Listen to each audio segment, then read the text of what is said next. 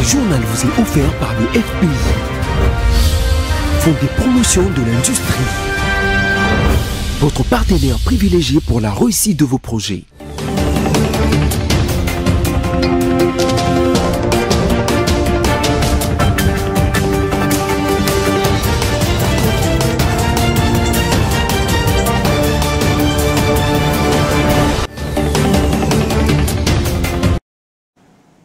Réel plaisir de vous informer. Mesdames, Messieurs, bienvenue dans ce journal dont voici le sommaire.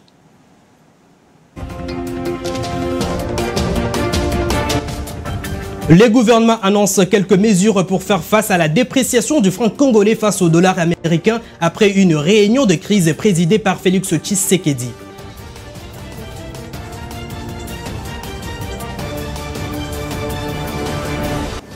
L'insécurité à l'est de la RDC aurait-elle été oubliée? C'est la question que se posent les Congolais de cette partie du pays et d'ailleurs face à la recrudescence des tueries qui sévit dans ces coins du pays.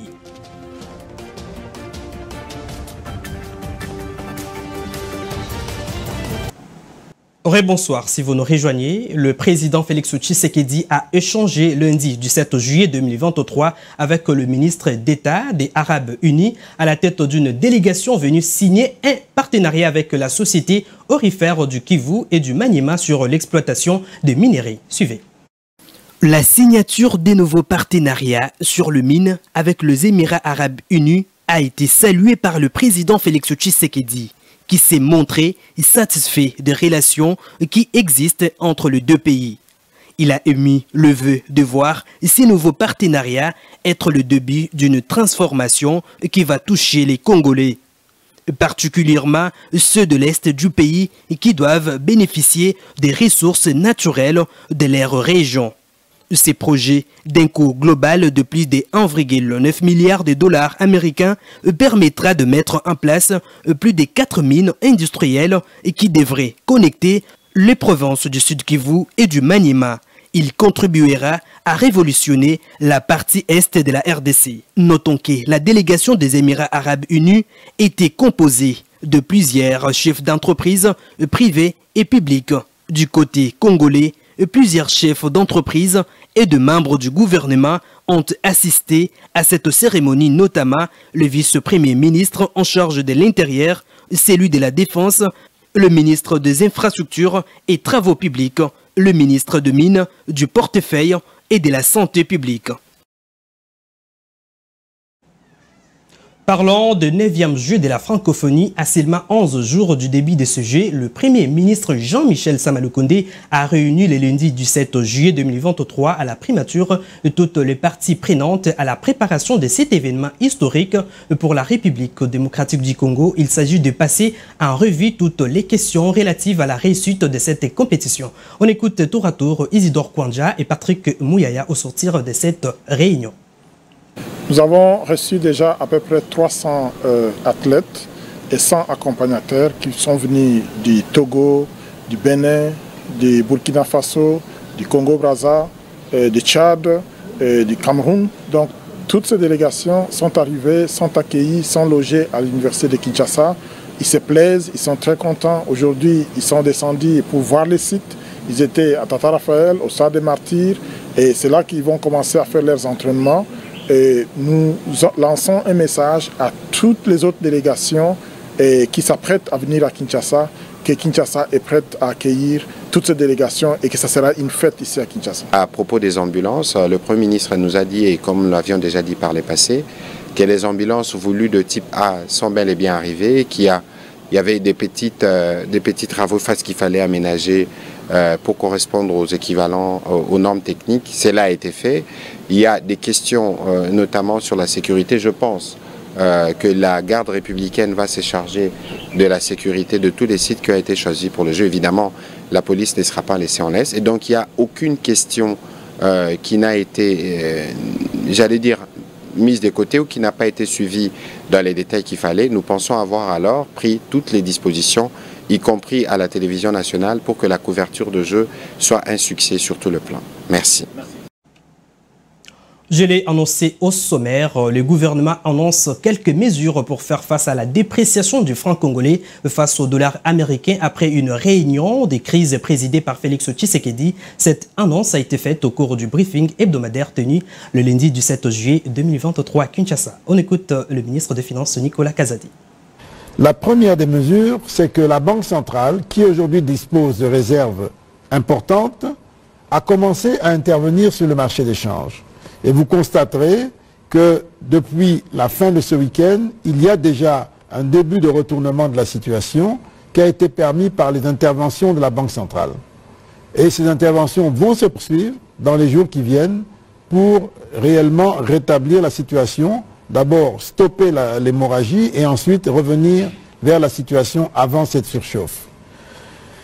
La deuxième mesure, pour accroître les besoins de l'utilité du franc congolais comparé au dollar américain, nous allons en tant que Trésor privilégier le paiement de l'impôt en franc congolais. Ça voudrait dire que lorsque vous avez des impôts à payer, vous allez devoir apporter vos devises, les vendre au système bancaire pour avoir des francs congolais qui vont venir dans les caisses du Trésor. Alors en le faisant, vous allez accroître la demande de francs congolais et vous allez mettre vos devises sur le marché de change. C'est un élément qui va venir consolider et qui est conforme à la logique. Et puis, le gouvernement, d'après son porte-parole Patrick Mouyaya, considère que l'assassinat de leur collègue Chéribin Okende est un acte grave qui porte atteinte à toute la nation. Nous, comme gouvernement, nous considérons que l'assassinat de notre collègue au gouvernement est un acte grave qui porte atteinte même à tous les symboles de la République. C'était un député national, il était ministre il y a quelques mois. Mais en même temps, autant nous sommes, nous, dans une posture où nous voulons évidemment travailler à faire toute la lumière sur cet incident, en même temps, nous avons noté quand même ce que je considère comme un peu indécent. Je ne voudrais pas aller citer des noms, mais certaines réactions que nous avions vues qui tendent à désigner les coupables alors que le mystère est entier. Ce n'est pas ici qu'on va parler des éléments de l'enquête parce que nous n'en avons pas. Nous avons observé que beaucoup sur les réseaux sociaux deviennent des enquêteurs. Je pense que dans l'esprit du gouvernement, tous ceux qui ont des éléments pouvant contribuer à la manifestation de la vérité peuvent se présenter au parquet ou à l'auditorat où les enquêtes sont menées pour apporter les éléments qui peuvent nous aider à démêler ces puzzles.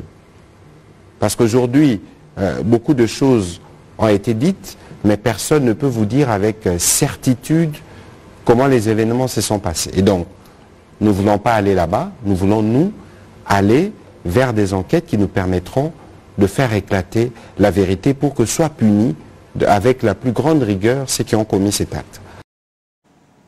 L'insécurité à l'est de la RDC aurait-elle été oubliée? C'est la question que se posent les Congolais de cette partie du pays et d'ailleurs face à la poursuite des tueries aussi bien dans les zones couvertes par le couvre-feu et c'est hors des couvertures sécuritaires à Ituri. Conséquence, en un mois entre juin et juillet, plus de 75 Congolais ont été massacrés dans des tueries qui, dans cette partie du pays, sont devenues comme un sport.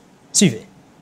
Alors que le chef d'État et de gouvernement vogue de sommet en sommet et que les accords de paix sont signés et font l'objet de suivi, le tuerie à l'est de la RDC poursuit leur cours, comme si ni rien ni personne ne s'est levé pour y mettre un stop.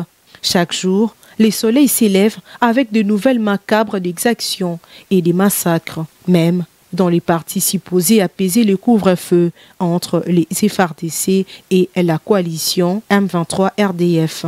Par exemple, hier, lundi 17 juillet, un corps sans vie d'une femme a été découvert au village Bukombo Centre de la chefferie de Bouitou, au territoire de Rutshuru dans le Nord Kivu. Ces corps s'ajoutent aux 11 jeunes victimes de tueries de la nuit des samedis à dimanche 16 juillet dans cette région où 2 autres femmes enlevées par les assaillants ne sont toujours pas retrouvées. L'armée congolaise attribue ces meurtres aux rebelles du M23 qui auraient auparavant utilisé ces victimes comme porteurs avant de les exécuter sur la colline des Roubona. Dans la province de l'Ituri, ce sont 16 corps sans vie qui ont été inhumés le samedi 16 juillet 2023 au territoire des Mambasa. La société civile locale attribue les nouvelles victimes aux terroristes ougandais de l'ADF qui font pourtant l'objet d'une attaque conjointe entre les armées congolaises et ougandaises depuis maintenant plus de 2 ans. Ces victimes sont de pauvres cultivateurs qui auraient été surpris sur les chemins de leurs champs par ces terroristes qui ont établi leur bastion à Bandi Banjou où, toujours, selon la société civile, ils profitent de l'absence des FARDC dans plusieurs villages de la chefferie des Babila Bakwanza pour multiplier les exactions contre la population. Ici, indique encore la nouvelle société civile des Mambasa, seule la missile Wazalendo s'érige en protectrice de la population quand elle peut. Ce n'est pas tout, au moins 8 personnes dont 5 femmes et 3 enfants ont été retrouvées mortes le mercredi 5 juillet à Bungushu, dans le Nord Kivu. Elles ont connu une mort atroce. Certaines ont même été jetées dans les toilettes. Ce meurtre cruel a été attribué aux rebelles du M23. Et à la mi-juin, soit le 12 juin dernier, ce sont cette fois-ci au moins 40 personnes qui ont été tuées en Ituri lors d'une violente attaque attribuée au groupe de rebelles coopératives pour le développement du Congo, Codeco en sigle. Quant à la situation humanitaire, OCHA faisait état d'un rapport de 48 000 personnes déplacées dans le seul territoire des Massissi dans la période du 16 juin au 14 juillet 2023.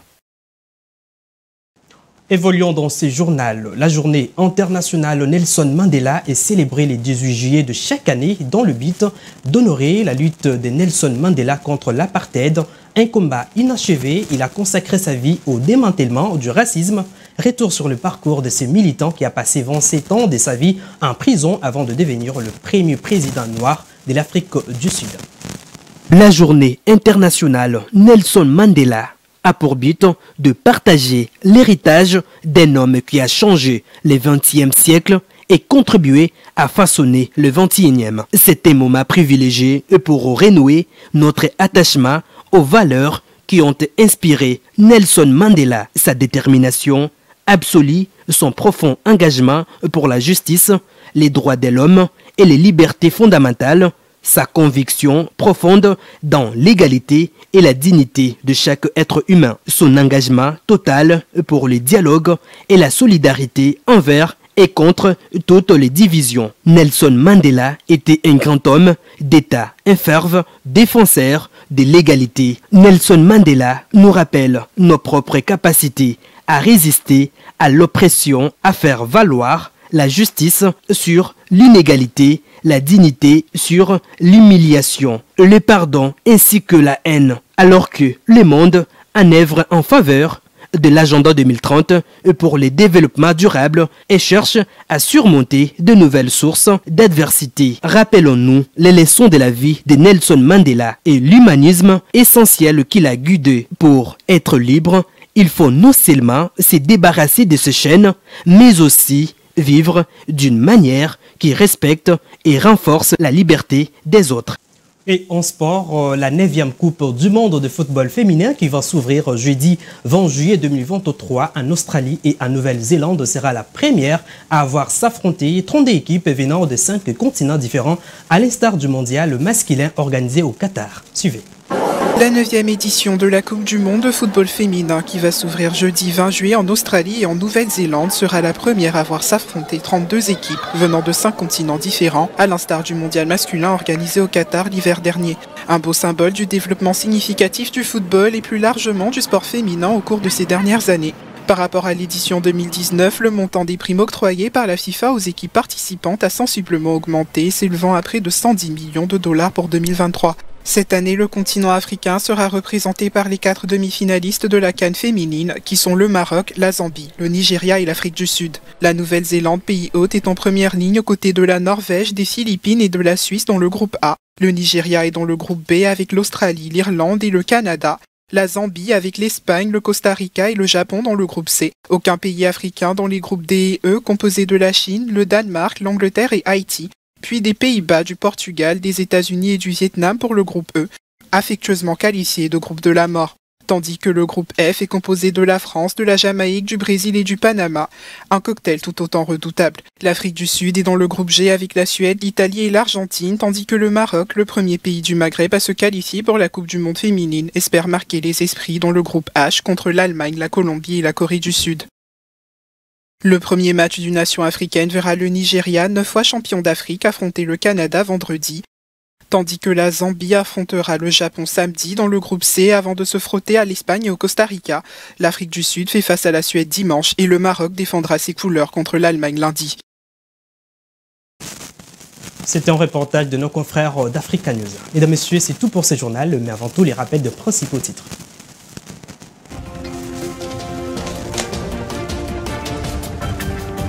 Le gouvernement annonce quelques mesures pour faire face à la dépréciation du franc congolais face au dollar américain après une réunion de crise présidée par Félix Tshisekedi.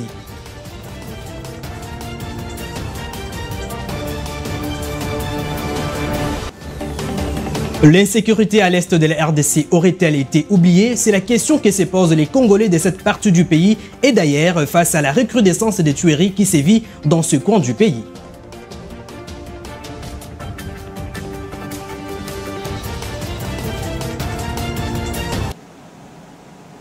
Fin de ce journal. Merci de nous avoir suivis et bonne suite des programmes sur nos antennes.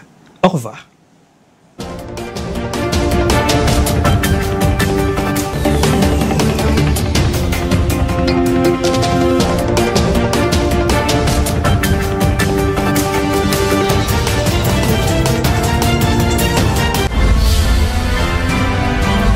Ce journal vous a été offert par le FPI.